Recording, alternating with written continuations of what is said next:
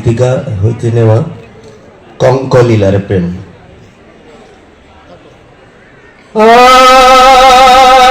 প্রথমে বন্দনা করি প্রভু নিরঞ্জন, দ্বিতীয় বন্দনা করি নবীজির চরণ। পিতা মাতার চরণ বন্দি এখন করিলাম, যাদের উসিলায় আমি ভবে আসিলাম। সবা কইরা বইলেন যারা ভদ্র শ্রোতাগণ, সবার পদে আদাব সালাম করিবেন গ্রহণ। আমি অদল প্রকাশ করি শুনেন দিয়া মন, কঙ্কলীলার প্রেম কাহিনী করিব বর্ণন।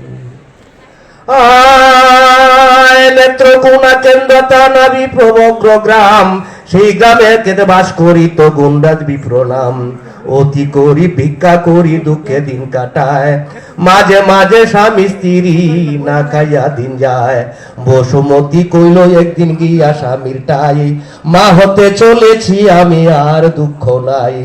গুণরাজ বেডা হইল খুশি খুশি সীমা নাই, 10 মাস 10 দিন পরে হইল পুত্র একখান ভাই। কঙ্কধর নাম রাখিল দেখতে চমৎকার, 6 মাস বয়সে মাতা মরিল তাহার। দুঃখী জানে এই জগতে দুঃখের অবদান, শিশুকালে মাহারা হইয়াছে যেজন। শিশুকুলে লইয়া কান্দে দিন কাটায় বাপে, এমন দশা হইল কেন কোন অভিশাপে।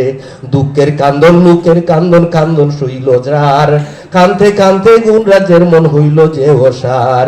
দুঃখে দুঃখে রোগে সুখে মরিল গুণরাজ, কঙ্কের মাথায় আসম্বিতে পড়ল যে নবাজ।